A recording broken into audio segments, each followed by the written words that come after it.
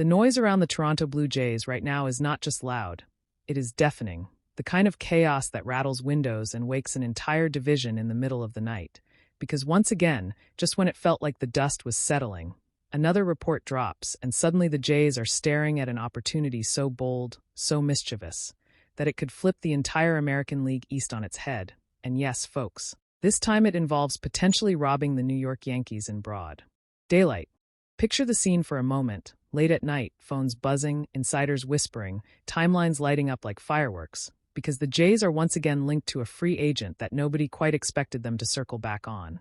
And this isn't just any player, this is Cody Bellinger, a name that still carries weight, controversy, promise, and risk all rolled into one. And we're going to unpack exactly why this situation feels different, why it feels dangerous in the best possible way, and what it could mean for the Blue Jays going forward. Before we go any further, let me just pause and say this clearly. The support on Swiftculsy TV throughout this entire offseason has been unreal, genuinely incredible. And if you've been enjoying these deep dives, the speculation, the chaos, and the hope, make sure you smash that like button, share this video around, and subscribe, because this story is not done yet, not even close. Now, the backdrop to all of this matters, because the Jays have not exactly had a perfect offseason. And there's no point pretending otherwise. They missed out on Kyle Tucker. The Bob Bichette reunion didn't materialize.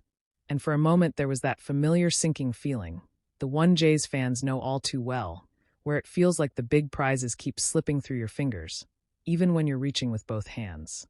But here's the thing, and this is crucial, the offseason is not over, not by a long shot, and multiple new reports suggest that the Jays are still very much in hunt mode, still prowling, still looking for that final move, the one that turns a very good roster into a genuinely terrifying one. And this is where Cody Bellinger enters the story like a plot twist you didn't see coming. Late last night, Jon Heyman dropped a report that immediately set alarms ringing, noting that the Yankees' competition for Bellinger includes the Mets, the Blue Jays, and the Giants, and that single sentence alone changes everything. Because suddenly this isn't just about adding a player, it's about leverage, timing, and rivalry, the kind of rivalry that fuels entire seasons. What makes this even more fascinating is the context around money, because we now know, confirmed, that the Jays offered Kyle Tucker a staggering 10-year, $350 million deal. A figure that tells you everything you need to know about how serious this front office is about winning right now. And while that exact money is not being handed to Cody Bellinger, the question becomes unavoidable. Are the Jays willing to reallocate some of that ambition? And here's the part that feels almost delicious if you're a Jays fan. It wouldn't just be about signing Bellinger. It would be about keeping him away from the Yankees, an AL East rival that has been openly desperate to bring him back. And in baseball, sometimes the value of a move isn't just what you gain, but what your enemy loses. Reports have already surfaced that the Yankees are prepared to move on from Cody Bellinger if he doesn't accept their offer, believed to be somewhere around 5 years and $155 million, while Bellinger himself is reportedly seeking 6 or 7 years, pushing closer to the $200 million mark. And that gap, that hesitation, that stubborn standoff, is exactly where the Blue Jays could strike. This is where things get complicated, because on the surface, Cody Bellinger is not a perfect player, far from it, and anyone pretending otherwise is lying to themselves. His advanced metrics since 2021 are lukewarm. His overall offensive production has been inconsistent. And yes, last season he benefited massively from Yankee Stadium's short porch, posting monster numbers at home while looking far more human away from it. But baseball is not played on spreadsheets alone, and Cody Bellinger is not just a collection of numbers. He is a former MVP, a Gold Glove defender, a left-handed bat with pedigree, and sometimes players like that respond to belief, to environment, to the kind of vote of confidence that says, "We think you're still that guy." When you zoom out and look at the Blue Jays roster construction, the fit starts to make more sense, because this team still needs another outfielder. They prioritize defense, they value versatility, and Bellinger checks those boxes, even if he doesn't tick them perfectly.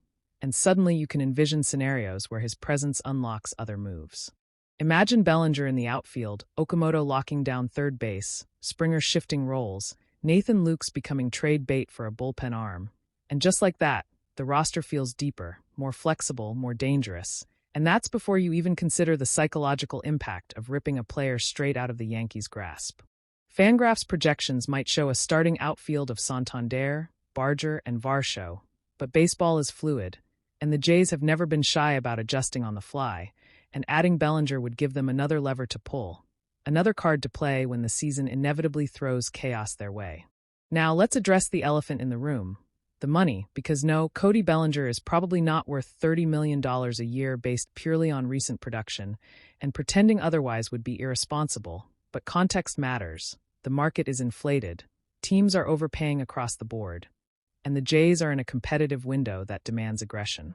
We've seen the Mets overpay, the Dodgers overpay, and with a looming CBA and the threat of a future lockout, there is a very real argument for striking now, for loading up now, for worrying about tomorrow when tomorrow actually arrives.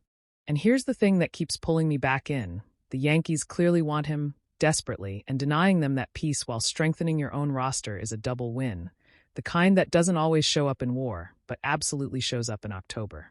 Is there risk? Of course there is. Bellinger's floor is low, painfully low if he regresses to his late Dodgers form. But his ceiling is still tantalizingly high, and baseball has a long history of players rediscovering themselves in new colors, under new expectations, with something to prove.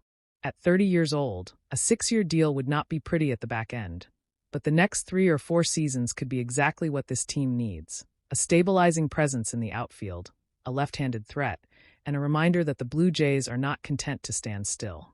Even without Bellinger, this Jays lineup is strong: Springer, Guerrero, Bichette, Santander, Kirk, Okamoto, Ernie Clement, Andres Jimenez. It's a group that can compete with anyone, paired with elite defense and top-tier pitching. But championships are not won by being satisfied. They are won by pushing, by risking, by daring. This potential move is not about perfection. It's about intent. And the intent here would be loud and clear. The Blue Jays are all in. They are not afraid of the Yankees, and they are willing to use their resources to reshape the division. So I'll throw it back to you, because this is where the conversation really matters. Would you take the risk on Cody Bellinger if it meant stealing him from New York? Would you live with the contract knowing the upside? Or would you rather pivot elsewhere and trust what's already in place? Drop your thoughts in the comments. Let's debate it properly. And if you want to stay locked in for every twist, every rumor, every move, make sure you like, share, and subscribe to Swiftculsy TV, because this off-season is far from over, and the next chapter might just be the wildest one yet.